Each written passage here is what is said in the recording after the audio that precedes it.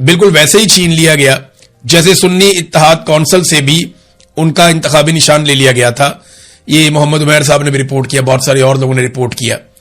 تو قاضی فائز عیسیٰ کی ایک مرتبہ پھر یاد تازہ کر دی گی. تو نظام اس لیول تک پہنچا ہوا, جب سیکٹر کمانڈر کو حکم ہو جاتا ہے نا کہ کچھ بھی ہو جائے آپ نے جیتنے نہیں دینا پاکستان تحریک انصاف کو, تو وہ بیچارہ پھر سارا کچھ ہی کرتا ہے. انتخابی نشان چھین لو, بندے بند کر دو, ٹکٹوں کی تقسیم غلط کروا دو, پارٹی کے اندر لڑائیاں کروا دو, دوسری پولیٹیکل پارٹی کے بکسے بھر دو, اس پولیٹیکل پارٹی کے خلاف فارم 47 جاری کروا دو. بہت سارے کام بیچارے کو کرنے پڑتے ہیں. وہ سارے گناہ کر رہا ہوتا ہے جو حلف لیتے وقت اس نے کہا تھا کہ وہ ایسا کچھ نہیں کرے گا. ایک آفیسر کو اپنے حلف کی خلاف ورزی کرنی پڑتی ہے, اپنی آخرت کا بیڑا غرق کرنا پڑتا ہے, اور اللہ رب العزت کے سامنے جب یہ لوگ پیش ہوں گے تو میں حیران ہوتا ہوں جس طرح انہوں نے قوم کا حق چھینا ہے, یہ اپنے رب کو جواب کیسے دیں گے؟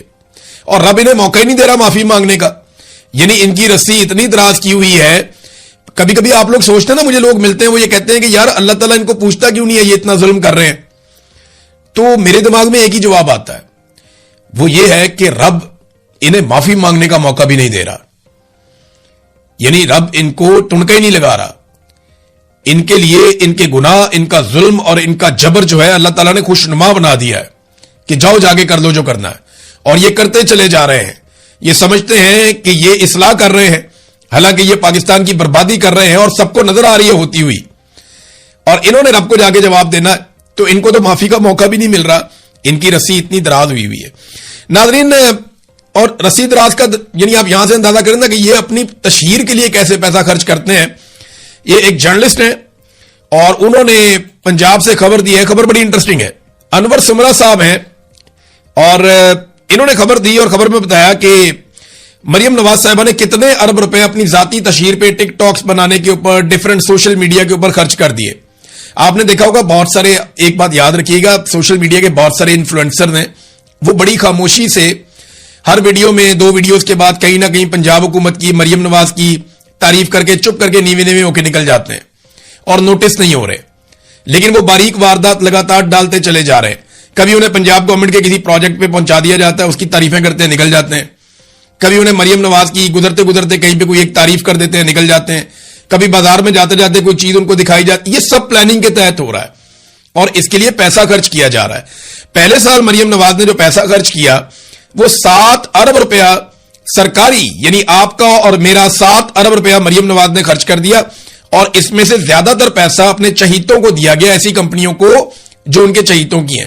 اور یہ سوشل میڈیا پہ مریم نواز کی ٹک ٹاک پہ ادھر ادھر یہ ساری تعریفیں کرنے پہ پیسہ لگایا گیا. اور یہ جو سوشل میڈیا کے انفلوئنسر جو یوٹیوب کے اوپر یا یہ ٹک ٹاک کے اوپر ادھر ادھر ویڈیوز بناتے ہیں, یہ باریک واردات ڈال رہے ہیں. آپ یاد رکھیے گا جب بھی آپ کسی کو دیکھیں نا کہ وہ مریم نواز کی تعریف کر رہا ہے, بنتی نہیں ہے پنجاب میں جا گیا پھر کے دیکھ لیں, انہوں نے بیڑا غرق کر دیا ہر شعبے کا. تو یہ جو کوئی تعریف کرتا ہو آپ کو دکھائی دے نا بلا وجہ پنجاب حکومت کی گڈی اٹھا رہا ہو, تو آپ سمجھ لیں کہ اس نے پیسہ پکڑا ہوا ہے.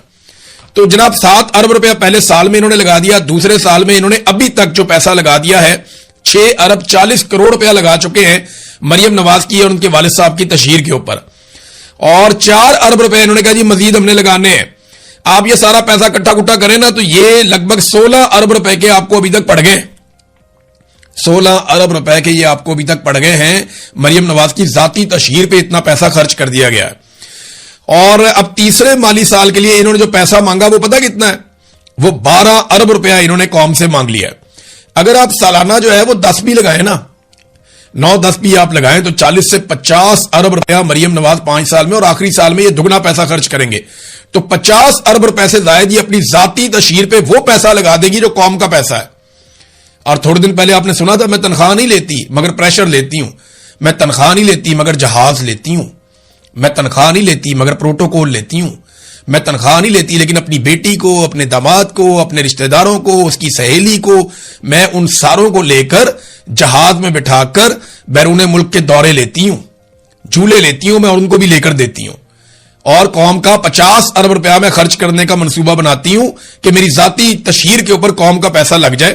تو یہ ہے ناظرین اس صوبے کی صورتحال جہاں پہ 60% لوگوں کے پاس پینے کا صاف پانی نہیں ہے.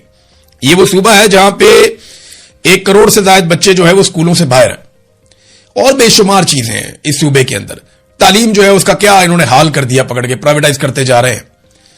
اسپتالوں کا انہوں نے کیا حال کر دیا, ان کو پرائیویٹائز کرتے جا رہے ہیں. ڈاکٹرز رول گئے ہیں, ٹیچرز رول گئے ہیں, پیرامیڈیکل سٹاف جو ہے وہ سڑکوں پہ ہے. جو غریب ملازمین ہیں ان کی تنخواہیں بڑھاتے ہوئے ان کو موت پڑتی ہے, جناب ہم تنخواہیں نہیں بڑھا سکتے, ہم تو کٹوتیاں کریں گے. اور اپنے ذاتی مشہوری کے لیے یہ قوم کا پیسہ کیسے اڑا رہے ہیں, یہ آپ کے سامنے ہے. ناظرین, پاکستان میں ایک رپورٹ آئی ہے پاکستان کے حوالے سے, اور یہ ایک خاموش بغاوت کی رپورٹ ہے.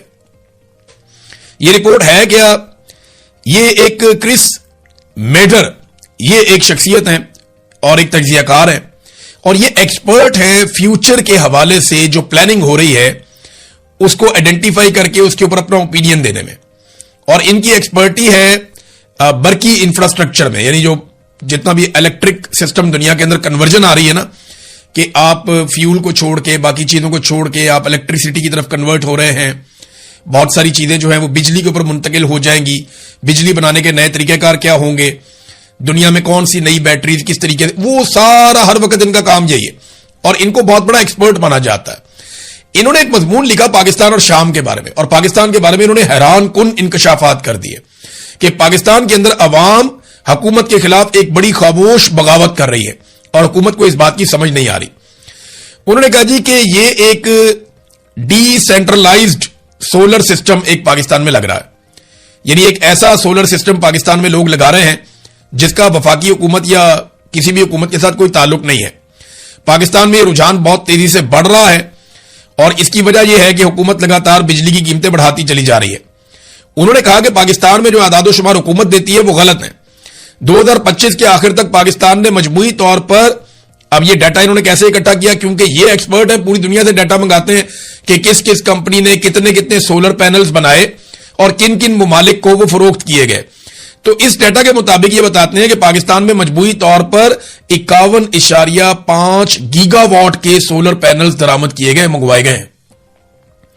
51.5 گیگا واٹ.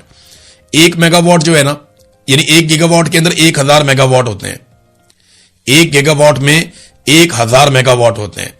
پاکستان کی ٹوٹل بجلی بنانے کی جو صلاحیت ہے, اگر پوری پاکستان لگا دے, سارے آئی پی پی چل جائیں, ہر چیز فل ٹائم چلے, تو لگ بھگ 40 سے 43,000 اتنا بنتا ہے. پاکستان کی ٹوٹل جو ضرورت ہے وہ بھی اتنی زیادہ نہیں ہے. تو دن کے وقت اگر پاکستانی دھوپ نکلے اور بجلی بنائیں سولر سے, تو جو پاکستان نے امپورٹ کیے ہیں وہ ان کی مقدار ہے 51.5 گیگا واٹ. یہ سولر پینل پاکستان میں آ چکے ہیں, لیکن نیٹ میٹرنگ اور سرکاری ریکارڈ کے مطابق یہ صرف 5.3 سے 6.8 گیگا واٹ تک ہی درج ہے. یعنی انہوں نے جو درج کیا ہوا ہے اس سے 10 گنا کیپیسٹی ہے پاکستانیوں کے پاس سولر کو استعمال کرنے کی. اب لوگ خاموشی کے ساتھ اپنی چھتوں پہ ہر جگہ پہ سولر لگا رہے ہیں اور سرکار کے سسٹم سے نکلنے کی کوشش کر رہے ہیں. اگر فیوچر میں چائنا ایسی بیٹریاں دے دیتا ہے جو بہت سستی ہیں اور بہت دیر تک چلتی ہیں, تو پھر پاکستان کی سرکار پاکستانیوں سے پیسہ نہیں نچوڑ سکے گی, اور یہاں پہ ایک ایسی جنگ لگ جائے گی کہ پاکستان کی سرکار یہ کہے گی کہ جو بھی اپنے گھر میں سولر لگائے گا سرکار اس سے ٹیکس لے گی, جو ابھی پچھلے دنوں آپ نے سنا بھی. تو یہ وہ خاموش انقلاب ہے جو پاکستان کے اندر آیا. اب یہ پیسہ کیسے اکٹھا کریں گے؟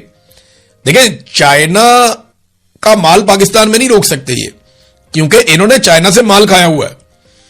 چائنا سے اربوں ڈالر لیے ہوئے ہیں, 50 ارب ڈالر سے زیادہ رقم چائنا سے لے چکا پاکستان. اب چائنا جو چاہے پاکستان کو ایکسپورٹ کرے, چائنا اپنا مال پاکستان بھیجے گا, پاکستانی کبھی نہیں روک پائیں گے.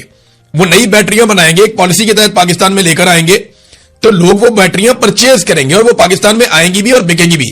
پاکستان کی مارکیٹ سے آپ چائنا کو باہر نہیں کر سکتے, آپ نے ان کا پیسہ دینا ہے.